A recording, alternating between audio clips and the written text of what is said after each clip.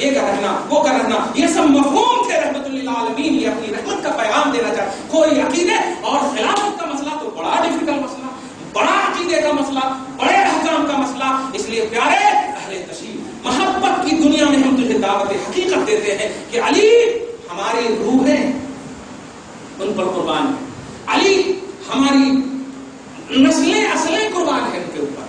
تمام اہل بیت، اور جس حدیث کو بیس بنا کر اس پر تو خود حضرت عبداللہ ابن عباس اہل بیت ہیں، کوئی ایسا اشارہ تک نہیں ہے کہ یہ حدیث قرطاس کا عنوان تھا. پیارے اگر کوئی اہل تشریف وغیرہ کہیں آپ کو کہ نہیں عمر فاروق نے ایسا کیا، افسوس کے ساتھ بڑے اچھا کچھ کیا بھی ہے تو اس کو محبت کے اعتبار سے، لیکن نہیں عمر کا نام لے کر کے پاؤں لگاتے ہیں اس کے واٹس ایپ پر وغیرہ پر بہت آ گیا. 2 سال سے کنٹینیو سن رہا ہوں، اس لیے میرا دل اب نہیں مانا، ورنہ پکڑے چلے جائے. دل نہیں مانا تو آج میں نے اس کی وضاحت کر دی ہے. آپ کے اگر سماجی سطح پر کوئی اہل تشریف ہے تو آپ ان کو محبت کے آئینے میں اگر شریعت کی بات کرتے ہیں تو آپ ان سے کیجئے، نہیں تو سماجی سطح پر ہم کچھ نہیں روک سکتے ہیں.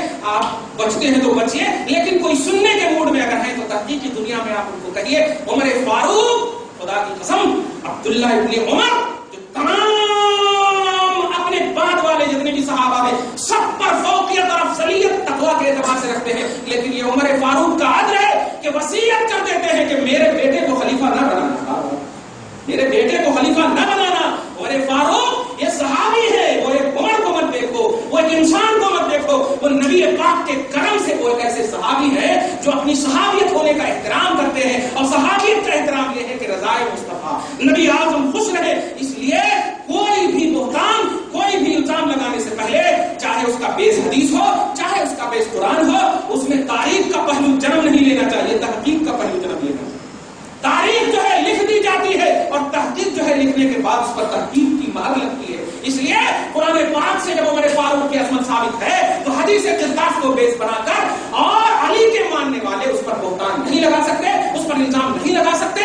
رب العالمین سے دعا ہے پروردگارا ہم سب کو حق سمجھنے کی توفیق عطا فرما.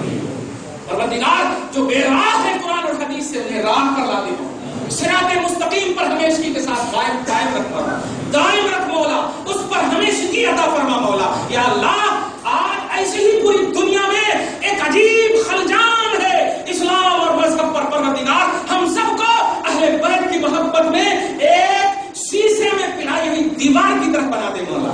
یا اللہ سچی محبت نصیب فرما مولا، جیسا کہ تو اور تیرا حبیب چاہتا ہے. آمین بجاہ سید المرسلین وما